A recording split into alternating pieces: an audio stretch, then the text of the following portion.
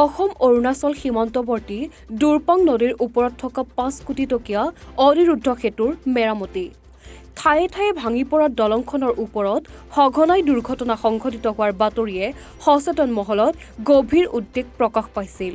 সীমান্তৱৰ্তী বৃহত্তৰ অঞ্চলৰ যাতায়াত আৰু যোগাযোগৰ একমাত্ৰ এই দলংখনৰ মেৰামতিৰ অভাৱত জহি গৈছিল।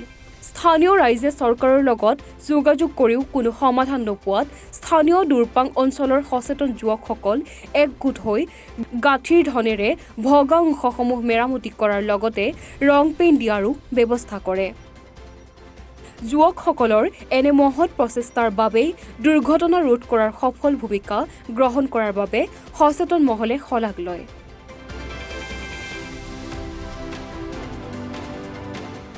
আপোনালোকৰ চেনেলৰ মাধ্যমেৰে আমি জনাব বিচাৰোঁ যে দুৰপাং অনিৰুদ্ধ দেৱ সেতু আজি বহু দিনৰ পৰা পৰিত্যক্ত অৱস্থাত আছে।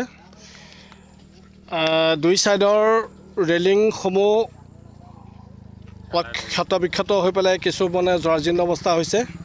বিশেষকৈ উত্তৰ ফালৰ ৰেলিঙৰ অৱস্থা একেবাৰে শোচনীয়। দুটা পাৰ্টৰ ভাগি জাষ্ট মাটিত পানীৰ ওপৰত পৰপৰ অৱস্থা।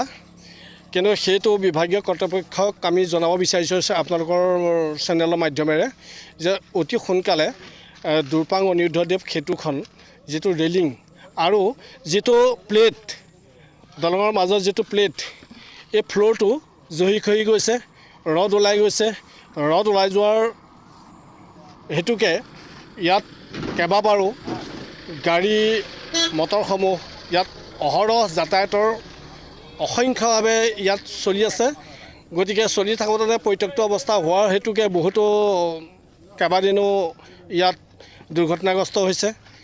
গতিকে এই দুৰ্ঘটনাগ্ৰস্ত হোৱাৰ পৰা পৰিত্ৰাণ পাবৰ কাৰণে বিভাগীয় কৰ্তৃপক্ষক আমি জনাওঁ যে অতি সোনকালে এই সেতুখনৰ যিহেতু ফ্ল'ৰ আৰু ৰেলিং অনতিপলমে আপোনালোকে হাতত লৈ যাতে মেৰামতি কৰি দিয়াৰ ব্যৱস্থা কৰে, তাৰ কাৰণে আমি স্থানীয় যুৱক হিচাপে সচেতন যুৱক হিচাপে আপোনালোকক অৱগত কৰাইছোঁ।